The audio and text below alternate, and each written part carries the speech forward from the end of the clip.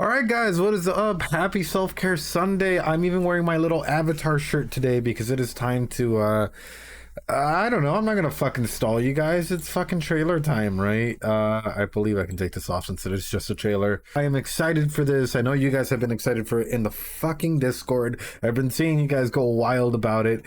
I'm not gonna stall you guys. We have a shit ton of things to get through today. A lot of anime to watch, a lot of anime to analyze, and a lot of updates to go ahead and talk about. But anyway, let's just get into it. What do you guys say? How? All right.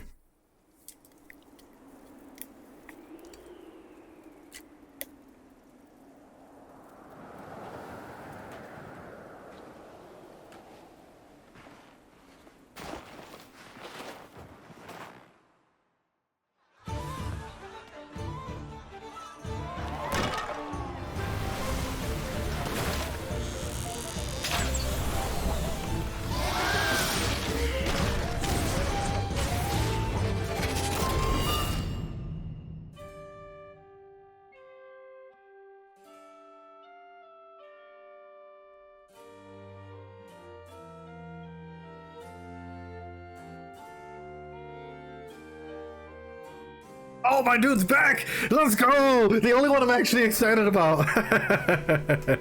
Oh no! All right, guys.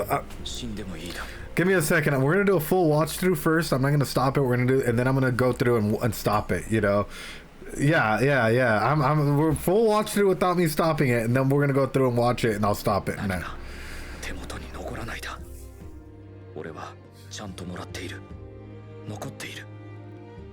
ちょっと大きなものを失ったけどまだ俺には残っているものがあるだろ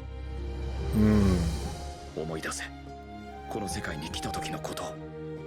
こんなところで死んでいいわけがない。思い出せ、前はもっと辛かっただろう。頑張ろう。やらなきゃいけないことをやるんだ。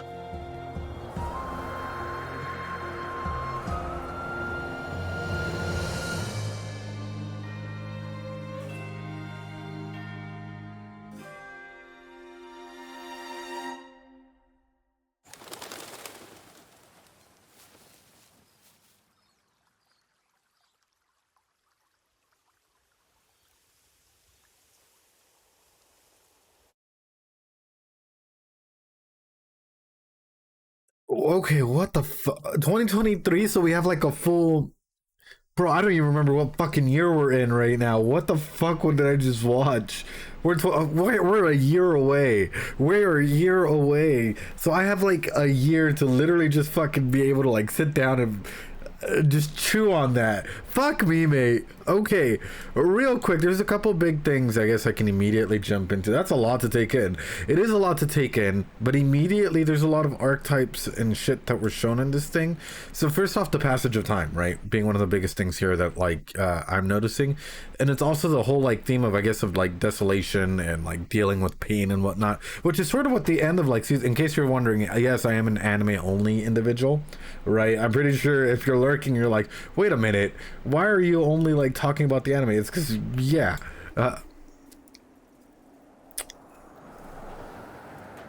So I'm assuming that it's quite literally... Give me a second. I'll break down what I can tell almost immediately. So what I'm assuming is like, what?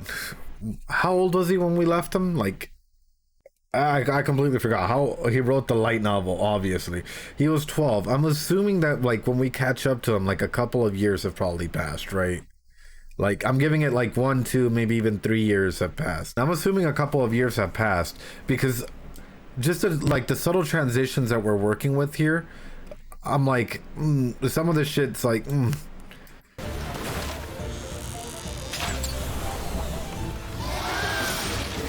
and this in particular right here. My thing is, even while going out and say creating your own party, your own whatever, I wonder if he joined up with parties, or I wonder how his mental state has been like since the end of the fucking season 1 till now, right? Because one thing is, like, at the end of season 1, which is fucking devastating, by the way, like, that was a really fucking phenomenal episode. So I can almost guarantee you, right? Because we talked about sexual trauma in Rent a Girlfriend. We talked a lot about sexual trauma in Mushoku Tensei itself.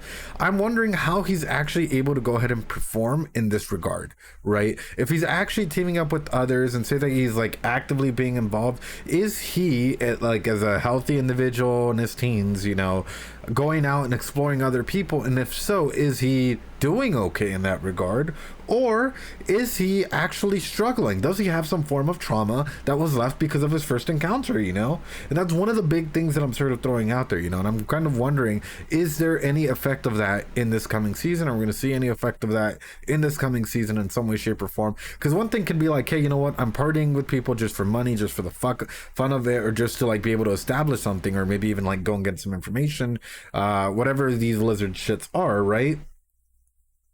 But yeah, that's sort of what I'm wondering is, like, does he have, like, you know, because he can be pretty OP.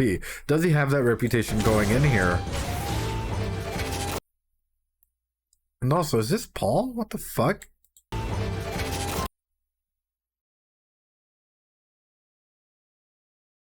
This is like the fastest season 2 release ever. So then we can agree that this is Sylphy 100%, yeah? No, it's not. Okay, cool. Okay. So we can agree 100% that this is Sylphy though, right?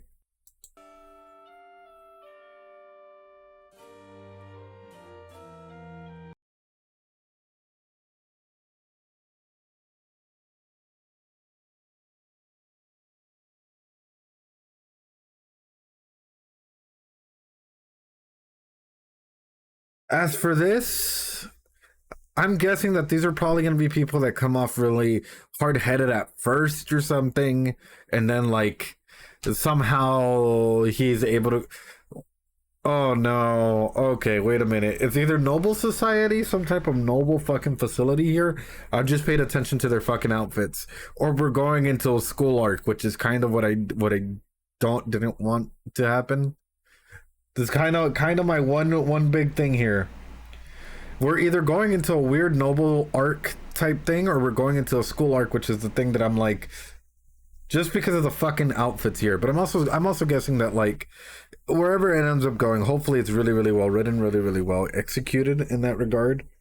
But it's also like, just like the way that they're showing these two characters.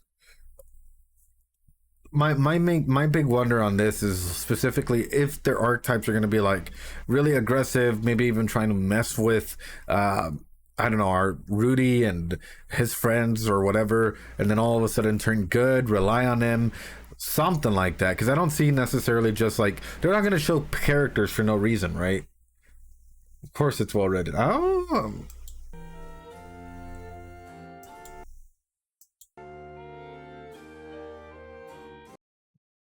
the best boy.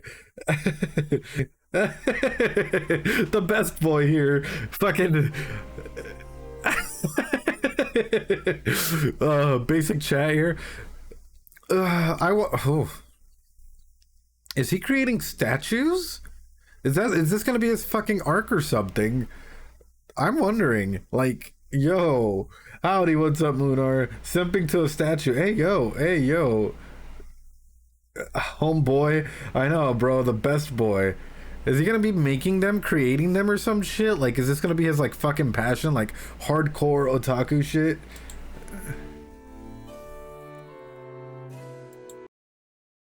And then this is the person that was with Orsted, right? Right? Sorry guys, I don't mean to be fucking tripping out, but this is the person that was with Orsted, correct? Okay, so I have a working theory. I have a working theory. I have a big fucking working theory here. Oh, my brain. No. I have a big fucking working theory already. I'll wait until like more pieces solidify, and then I'm gonna I'll go through with it. But legitimately, it's a pretty big fucking. I'm like 80% sure. I think I already know what may happen. 何が死 Don't tell me you're willing to die. 何が手元に残らないだ。 Why does this dude in particular seem like that's also, what the fuck is this background here? Why does this dude in particular seem like the type of guy that would just fucking barge in and try and, like, I don't know, like fucking street fight you, right? He seems like the type of guy that's like, he seems like a really chill fucking dude, but he seems like the type of dude that would be like, hey, me and you, let's fucking throw down, dude. Let's fucking throw down. And then afterwards he'd be like, you're fucking great, man. You're a great fighter. Hey, you know, hey, yo, I saw that you put your guards up here. Why don't you try and put your, like, yeah, he has many hands to catch. He seems like a genuine fucking, like, I don't know, like chill dude, but just like reacting to emotion. Also, I don't know, like anytime I see a weirdly like enveloped creature like this, I always refer them, or my mind automatically starts categorizing them to be like knowing some type of like forgot the fucking person with all the eyes. What was her name? The one that was able to go ahead. There you go, right? The demon queen or whatever. 俺はちゃんともらっている。残っている。ちょっと大きなものを失った。けど。See, my thing is I hope that he doesn't try and fill a void, you know, especially Rudy just in general, because we keep seeing references to people like this, you know, and I hope that he doesn't try and fill a void with people that fill in the Eris archetype, right? And I hate to throw this out there, right, at some point, but like I hope that like he doesn't try and fill that void because, oh yeah, this person is similar in some way, shape, or form, therefore she must be like her, therefore I must be with her, therefore she is my companion, you know, trying to fill that void in several ways. And that can hurt you, man, especially a death of someone like that, or going through with someone like that and them changing. That's gonna hurt you even more, boy. Like, you know, be safe, Rudy. Be safe. Be smart, boy. Go find yourself some inner therapy, because yikes. まだ俺には残っているものがあるだろう。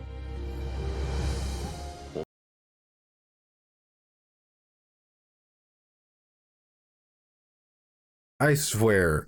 I'm not even gonna. I'm not. この世界に来た時のこと。こんなところで死んでいいわけがない。思い出せ。前は。 Wait a minute, is my boy getting a double ending, happy ending here? Hold the fuck on. Hold the fuck on.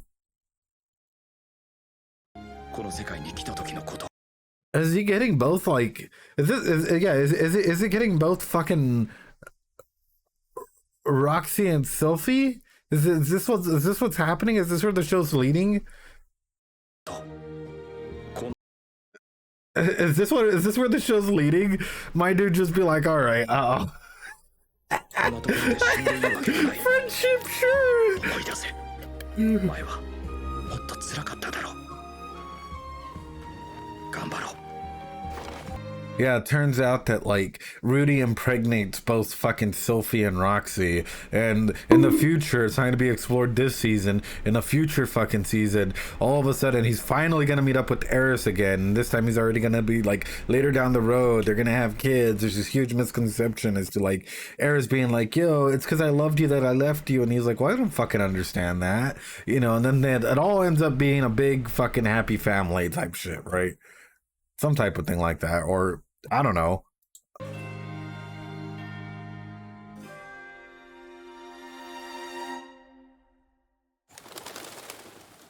This seems like it's gonna be a journey. Okay, to me this seems like it's gonna be an interesting season. Already, I can actually tell that I'd actually be pretty interested in watching it. But to me, this really does seem like the season of a lot of growth and a lot of trying to understand yourself before moving forward, which the first season did beautifully, don't get me wrong. But the first season was also about like reliance on friends and trying to like, you know, push other things like along the way, right? So that's sort of what I'm getting is I feel as though this might start off with like a huge introduction into like where he's been through, his journey, you know, has he been adventuring, how has he been making money, you know, is he doing okay, maybe a self-reflection into his own attachments, 101 things, That's probably the first little piece that we're gonna get here with like maybe solo journaling, journeying, all of that shit, right? After that, not gonna ignore this because I feel like this is out of place. Like I feel like this is later on down the road. I don't feel like this is something that we'll see immediately. So I'm gonna go ahead and move here. So probably like journeying, adventures, all of this shit, right? Of course, we found that out. I feel it might lead into something like this, i.e., hey, you've been down a fucking depressive path for a long while. You're probably like unable to go ahead and like secure yourself, or you're not like growing, or you're stuck at the same level and you're not advancing. So he might, or socially at least. So he might, I don't know, start working with some nobles or start going to. It's a school. It's 100% a fucking school shit here. Look at this design. So he's going to school. Okay. Probably some drama there. We probably have. Is this the guy from the OVAs? The guy that was crushing on Eris? I don't know why. Yeah. Okay, so probably some fucking competition in there. Probably gonna meet up with this chick, which is probably gonna cause some weird fucking attachment shit, and also probably see my boy here with the fucking things. So he's probably gonna become friends with him. Probably gonna lead to some issues with them. Probably turn them into friends. It's probably gonna be jealous the entire fucking time. Which makes me wonder about this.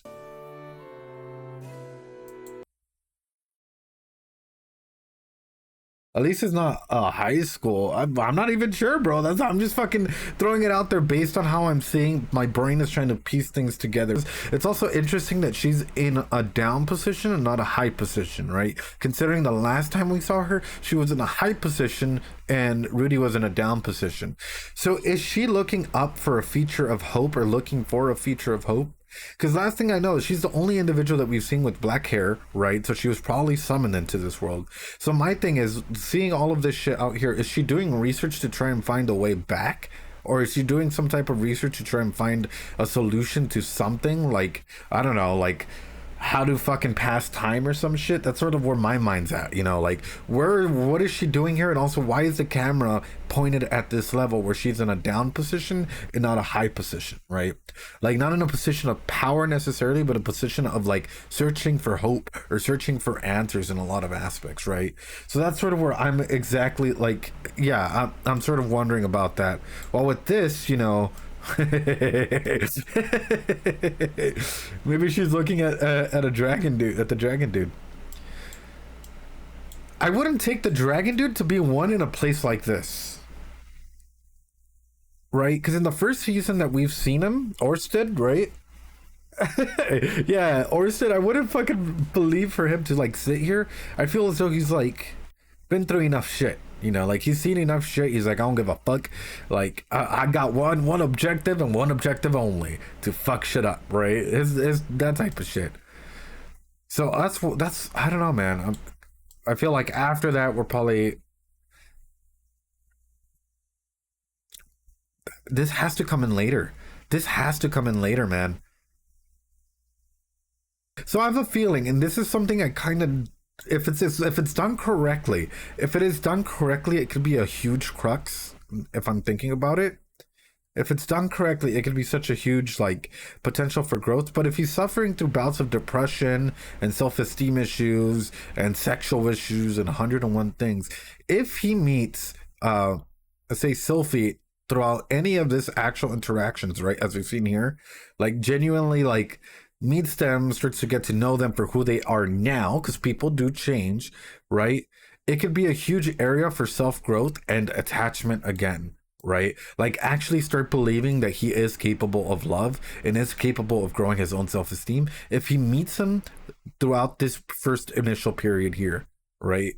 That's sort of my main thing, is at any point in here, if he's actually able to meet someone that he's known and it's grown with, right? And my mind's processing shit. This is as an attachment psychologist, and that's exactly right. Sylphy is not Eris, because Sylphy actually has a more understanding issue and will probably take the time to try and get to know what's going on with Rudy, as opposed to Eris, who would just want to pick up where shit left off. That's the key there, and that's sort of where I'm trying to find this out, right? Like, she could be a really big healing factor for Rudy in this time period if they are done correctly. But if it's done incorrectly and it's just used, say, like sex as a device for healing, that is not correct. That is not a correct way to do this. If it's done as a whole introduction of being vulnerable, starting to grow into vulnerability, starting to make friends, starting to adjust yourself in regards, and say, like, even adding in sexual elements, all of a sudden you have a perfect opportunity for someone to go ahead and take that first step forward, and first step forward into, say, building their self-esteem or building their esteem from there on. So that is the key. You're probably gonna get all this shit happening. I'm curious, is this essentially like, because he does look older, they still probably haven't found the mom. Yeah. So he's probably talking to like Paul about it, like, yo, we gotta go find the mom. Or is it like, wait a minute, or does he meet up with Roxy, right, in that scene that we saw somewhere around here, get that information, come back to dad, wherever the fuck he's at, form a fucking team with dad, and then try and go do that. Yeah, we gotta go find mommy. I know, but no, I think that this trailer is beautifully put. I do see a kind of a self-sacrifice probably happening here from Paul, 110%, in some way, shape, or form.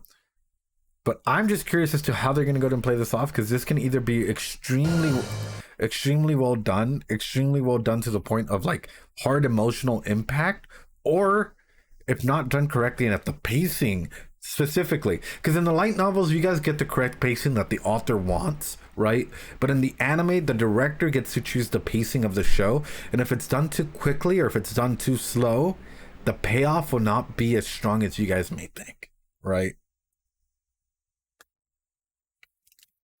So that's exactly what I'm gonna throw out there. The pacing needs to be like almost exact if they want a big payoff, a big emotional impact about growth, and even like self-sacrifice or whatever may come from it. So I'm just curious as to like how they're gonna go, how the director specifically, not the you know. Well, we'll see, man.